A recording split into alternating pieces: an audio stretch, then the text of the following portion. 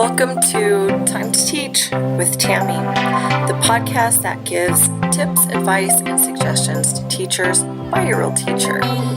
So sit back and enjoy. And oh yeah, don't forget to subscribe.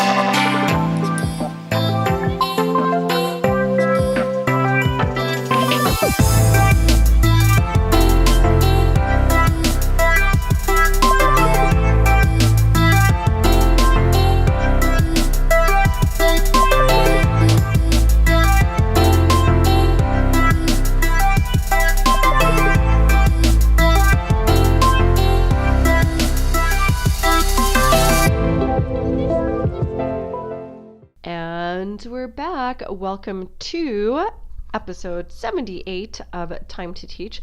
Today's episode is entitled Finishing the Year Strong. So this episode is being played coming back after spring break. And I know for a lot of schools, especially schools in the States, many of you guys are getting really close to the end of your school year. I actually have quite a bit of time. Well, I mean, quite a bit. I guess that's relative. We go until about the third week of June. So I do have quite a bit of time. I mean, compared to some other schools. But I do know like a lot of you guys are getting ready to wrap up the school year much sooner than I am. So I really thought this would be a good way to kind of talk about ends of the school year, but also for me to be thinking about things that I'm going to be doing as I get ready to also end the school year as well. So yeah, that's what we're going to be talking about today, you guys. It's just, how can you end the year strong? And I just feel like it's such an appropriate topic, primarily because the end of the school year can be a very difficult time, although I would say not as difficult as the beginning of the school year, at least in my experiences. I always feel like the beginning of the school year is so difficult for my grade level specifically, because I teach pre-first, if you're not aware, at a school in Mexico. So at our school, pre-first is the first. We're an pre-K to all the way to 12th grade at my school. So pre-first is the very first year that our kids are beginning elementary. They're coming from the early childhood section of our school, and there's a lot of changes for them, and it's just a very challenging time as the kids are getting used to, what is the elementary section like. The whole transition is just very challenging. So for me at my grade, that is so challenging and just a very difficult time, much different than the challenges that are presented at the end of the school year. Although, granted, we all know there are challenges with that. So we're just going to examine some of the things that are really going to be helpful as you're finishing your school year, and it's a good time to just kind of plan out, like, how exactly am I going to end the year? I feel like with anything, having a good plan in place is going to be key. So let's go ahead and just dive into what some of those things are. Okay. Number one on my list, and this is not in order of the most important, it's just kind of a list that I came up with. But number one is try something new, which this actually goes against what I used to do. I always felt like, once you have everything established, you couldn't possibly try something different in the middle of a school year. The only time you can try anything different is at the beginning of the school year. Once it's in place and implemented and established, there is no straying from it. Wrong. A colleague of mine a couple years ago kind of threw out the idea of like, I think she shared with me that she likes to try new things in the middle of the school year. And to me, that was kind of mind-blowing at that point, when I would never have done that. But now it's been a couple years into it, and I just think it's genius and so true. I mean, what better time to try something different than when your students are already, they know your routine so well, they know how things go. It's the perfect time, as opposed to when you're first establishing community and kids are learning their routines. Once that's established, it's a perfect time to throw something new at them. And just, if it works, then you can say, hey, this is how I'll use it next year, or I may need to make some tweaks to it, but I'm ready for next year. So try something new, maybe something that you've been playing around with, toying with the idea, testing out, but you're not really sure how to get it going. For me, I've really been playing around with Makerspace and things like that this year, and I really want to make some tweaks to it, and I think that's going to be my try something new, which is kind of continuing what I've been doing, but I want to kind of take it to the next level. So I think that's what I'm going to be doing, but I think it's just an excellent way to experiment when you've established things. So try something new that you haven't tried before, see how it goes. It's a great time to do that. Number 2, simply ask your students and find out, what do they want to do? What is something they'd like to try?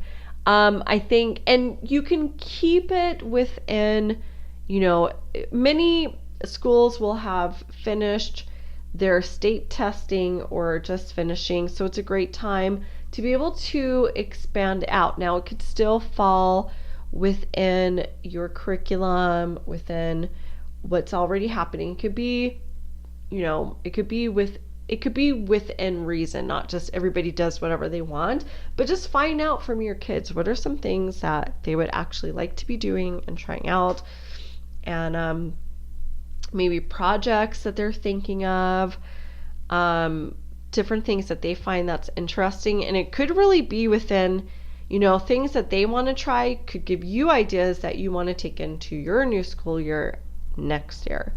So yeah, just ask your kids, what are some things you'd like to do? Number 3, get your students involved with the cleaning and organizing of the classroom. Now, I teach young students, so this has always been a challenge, but I always find those last weeks when we're kind of like we've maybe finished our pacing guide, but I don't like to do nothing. I like to keep a lot of our normal things that we do, like reading and writing workshop keeps happening, math workshop, all of our things that really is the structure of our life and what we do on a daily basis. I like to keep that going. But then I'll introduce other things, like maybe a station might be, we got to get those math cubes cleaned and washed, and get them involved in that, get them sorting. There's so many great things that can still be academic, but also, if you think about the classroom, it's not one person using the classroom. It's not just the teacher. Everyone who participates in the use of the classroom should also be involved in the organizing and the cleaning and all of those things. It's a tedious task, especially if you are a teacher of younger students and you feel like, my students are really young, they actually can't help and get involved. There's so much that they can do. So a couple of years ago, I just had them get involved in that process of, let's sort the math cubes, and you can help sort it by color, you can help with the washing, you can really just all of those things that you feel like I know needs to be done, but we don't have time to do, make it part of a station. Think about how can we do this academically, and if you're really worried about losing academics, just sit there. So, by the way, you guys, I have had a cold for the last week, so you're going to hear some of that, but it's real life that happens. So yeah, get your students involved as much as possible. Our library, our classroom library, that's another one that we'll do. I'll get the kids going through those bins and be like, hey, let's look for books that not even no longer, but books that were maybe put into the incorrect bins, and we can help organize and sort those things. It's novel enough. It's like it's close to, what we're doing, but not really. And it's novel enough that they, that long stretch towards the end of the school year, which it's not that long, but it feels long. It's just enough novelty that really gets the kids to those last days of the school year. So yeah. Number 4 on my list, get students reflecting on their year. I think it's really good, and reflection should be happening all throughout the school year. Hopefully this is not the only time. So yeah, students should be reflecting. We all should be reflecting really at various points of the school year, but I think that's also a great way to end strong, is students reflecting on their year. What went well, what didn't, what activities did you like, what didn't you like, how did you grow as a learner. They can write about it, they can make a poster about it, they can do a video about it, but just kind of taking that reflection piece, I just think that's so important. Like I said, at any point of the school year, but really at the end of the school year, when they're able to say, look, this is how I grew as a person. This is how I grew as a learner. This is what, maybe this is how I started out the school year, and look at all the things I can do now that I couldn't do. And they could be writing about it. They can create a book about it. They could do a poster about it. Just, awesome ways for them to really be thinking about themselves. And I think that gets them excited as they think about, what's going to happen next year. It's just really good stuff. Number 5, have students set goals for the following school year. Again, when they're reflecting, that's, a reflection really is, in my opinion, a reflection doesn't really do much if you're not using the reflection to help you think about next steps and goals. I mean, that's really the purpose of reflection. It just helps you to know what else, what can I do now with this? So as your students are reflecting on their school year, they see how they've grown. They can really recognize what they can do now that maybe at the beginning of the school year they weren't able to do. That's a great time for them to start thinking about, okay, so what's next? What would you like to be able to do next year? What would you like to learn? What would you like to learn how to do? What would you like to learn about? How would you like to grow and develop as a person? So the reflection time is a really great time for them to also set goals for the next year. And then as they're setting goals, maybe even make those actionable. Okay, and then what can you do to work towards those goals? Because a goal is nothing if you don't have some type of plan in place that's going to help you meet those goals. They can even include the summer, things that you're going to do over the summer to help you get to those goals. Or what would you like to do during the summer? Somehow we definitely want to take advantage of the idea that everything is a learning opportunity. So just because it's summer doesn't mean we do nothing. Although I do believe in rest. I do think that's part of a healthy lifestyle. You do need rest. You can't be going nonstop 100% of the time, because there will be burnout, not just for students, for us as well, but there's got to be some growth involved too. Number 6, take time to enjoy books. A lot of times we just are trying to rush through the curriculum and get through things.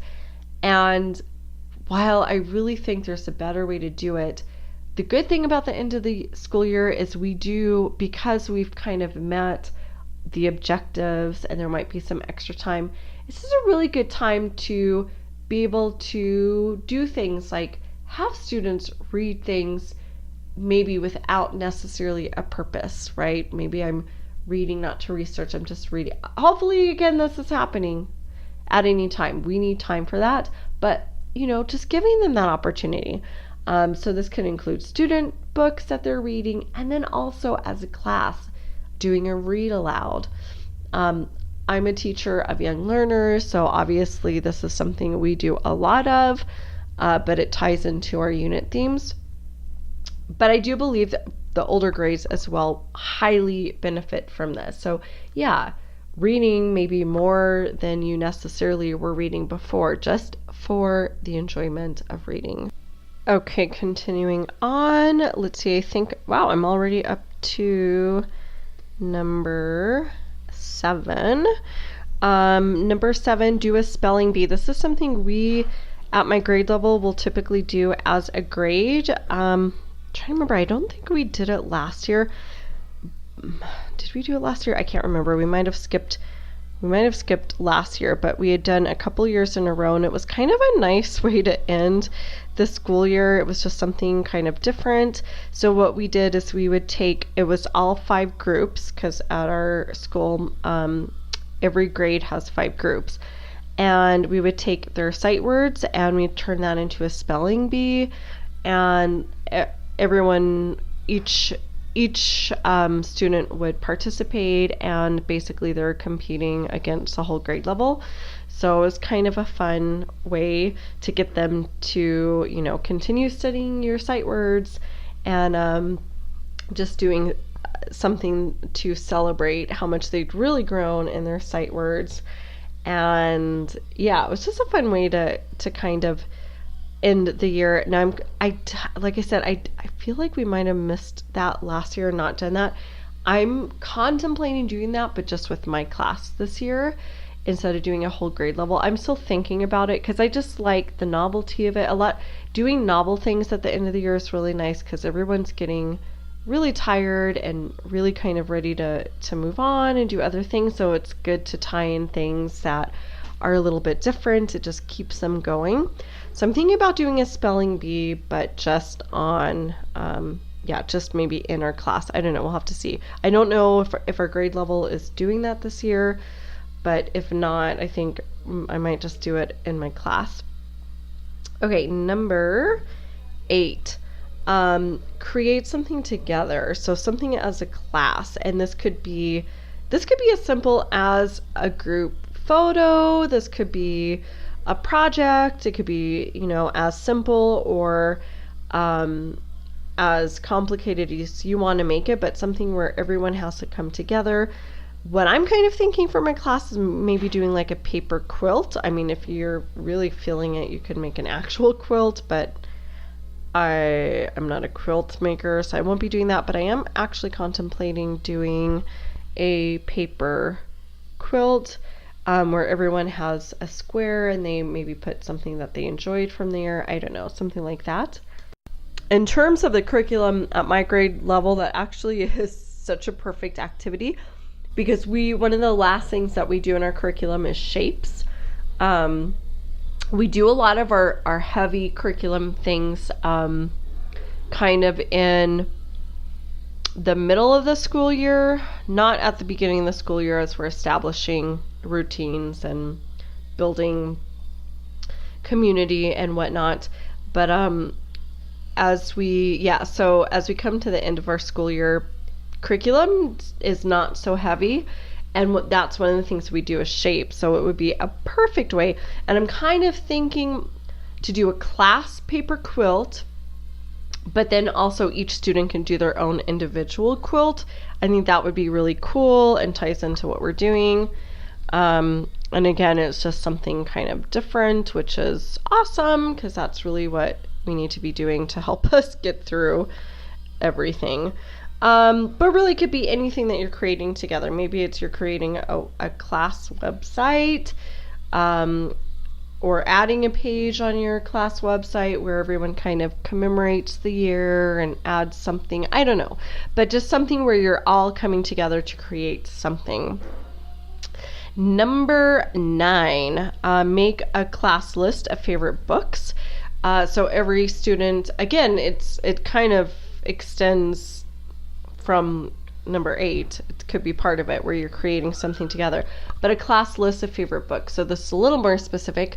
Each student lists their favorite book and you create a whole class list. And there's so many different ways that you can, it probably is limited the way you could use this, but this could be given to your new group next year. It could be just used as a celebration of all the things that we've done in literacy and that these are now our favorite books.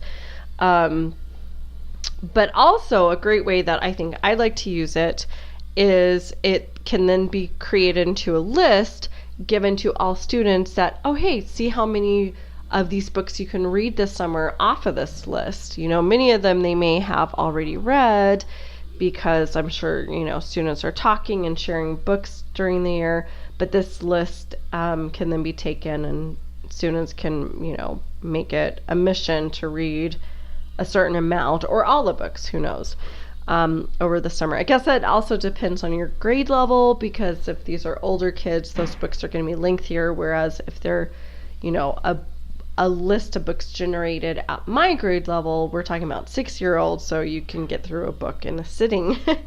So your reading goal would be dependent upon grade and age. Number 10, get outdoors. Now, I'm so fortunate to be in beautiful Mexico, and just my specific location within Mexico. It's great weather. It does get warm in the spring and summer, but really, generally speaking, just really great weather. Almost year round, you can do things outdoors. But, like you might find a place on campus where you can do some outdoor activities, maybe the same activities that you typically do, but then taking it outdoor. Just finding what spaces can you utilize at your school. So again, you're getting that novelty space, you're getting out there, you're enjoying the outdoors because the weather is nice. And then leading from that, number 11, end of year is a great time to take field trips. Not just any, you still want to tie it in. There needs to be, I really feel like things that we're doing in the classroom really needs to have mostly purposes of academics behind it. I'm not saying every single thing, but most things really should be, because that's the purpose of school. But if you can tie in, we used to always take on the very last day a field trip. We've kind of gotten away from that in the last couple of years. We have taken field trips like at the end of the year, but not necessarily on the last day. But they're just great ways to, bond with each other, do things, but continue to create memories and really enjoy each other's company.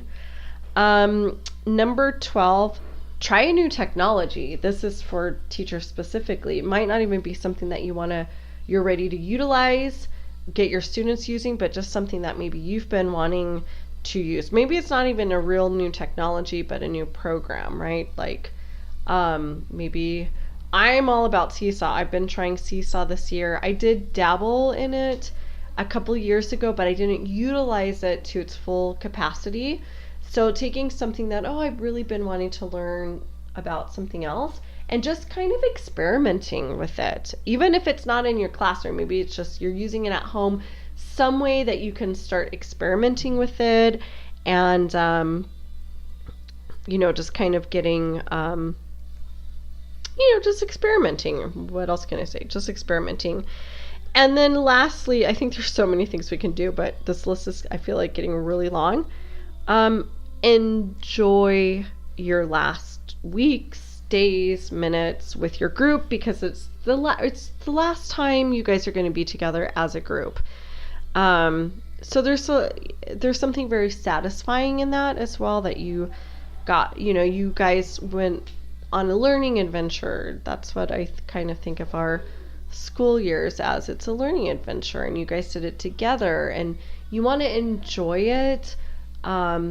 There's really something very satisfying in seeing something completed, and I do think the school year, it's coming to its completion, and you want to really enjoy it. So I guess that also means kind of staying positive and really just, focusing on the good of the year. We have ups and downs, or definitely negatives in anything.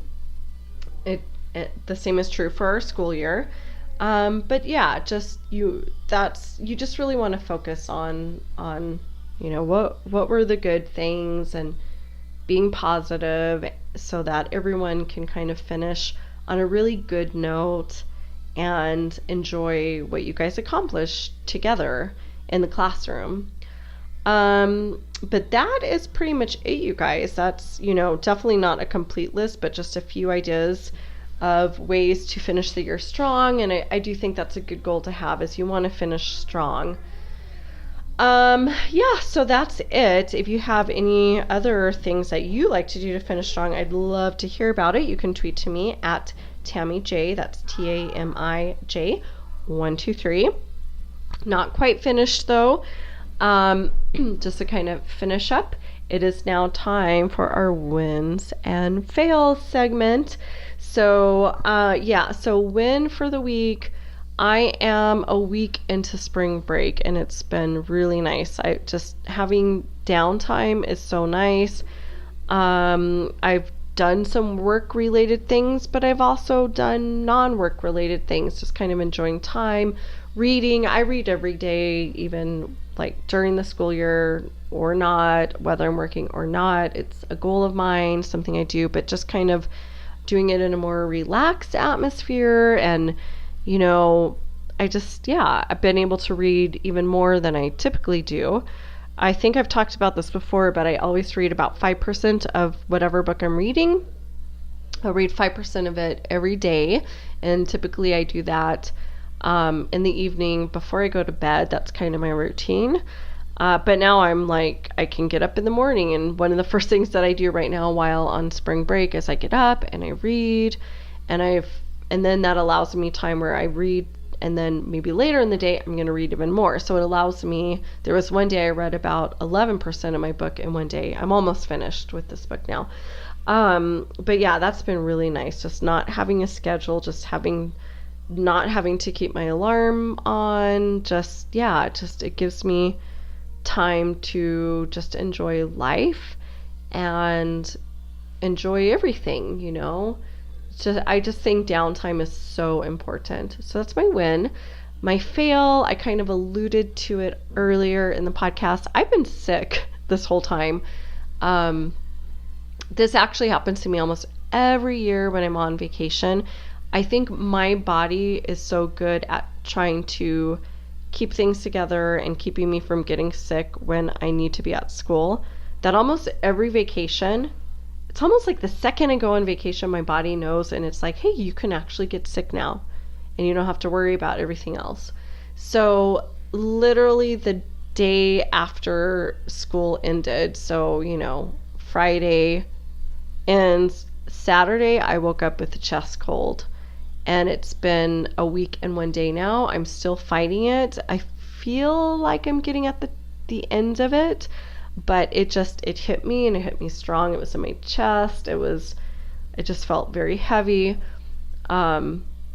Sneezing. I mean, I'm not like, oh my goodness, so sick, but it's a chest cold, it kind of had me tired in the beginning, but just a lot of, just not feeling super well. But again, like I said, this happens almost every vacation. My body knows, and that's when it gets sick. I actually prefer that to getting sick during the school year. I mean, there's so much to do, and my body just kind of knows, and it can get itself together.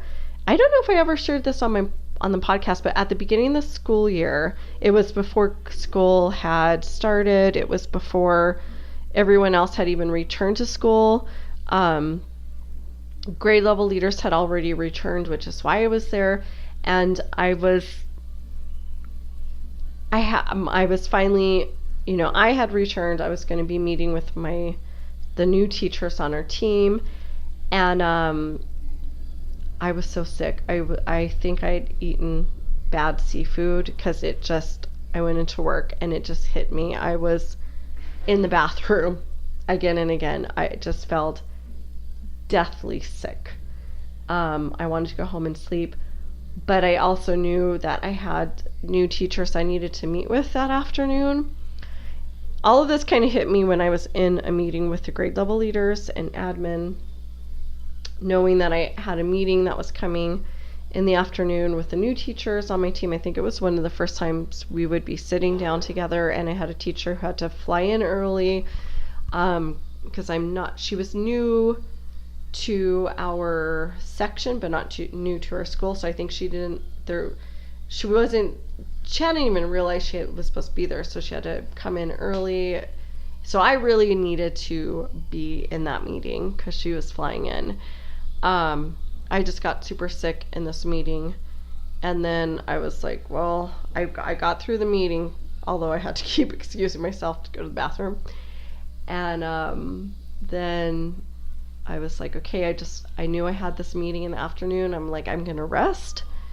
And finally the teachers came in for the meeting, and I just had to be like, hey, you guys, just so you know, I'm like really sick, just in case I had to like run out of the meeting.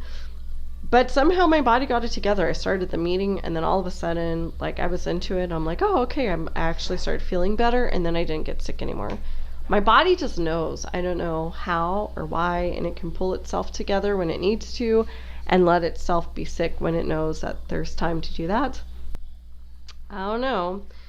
It's weird, but it's a thing. Anyway, that's it, you guys.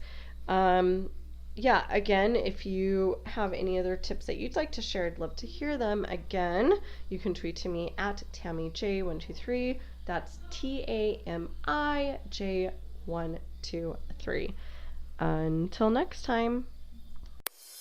Wait a minute. Wait 1 minute. Before you go, don't forget you can catch our show notes online at www.timetoteach.libsyn. That's libsyn.com. We're also on Facebook at Time to Teach. Don't forget to check out our Facebook group, Teachers for Effective Curriculum. And if you're an educator with your own podcast show, I invite you to join our brand new Facebook group, Teachers Who Podcast. Let's grow a community where we can network, problem solve, and discuss anything and everything podcast related. I'll see you there.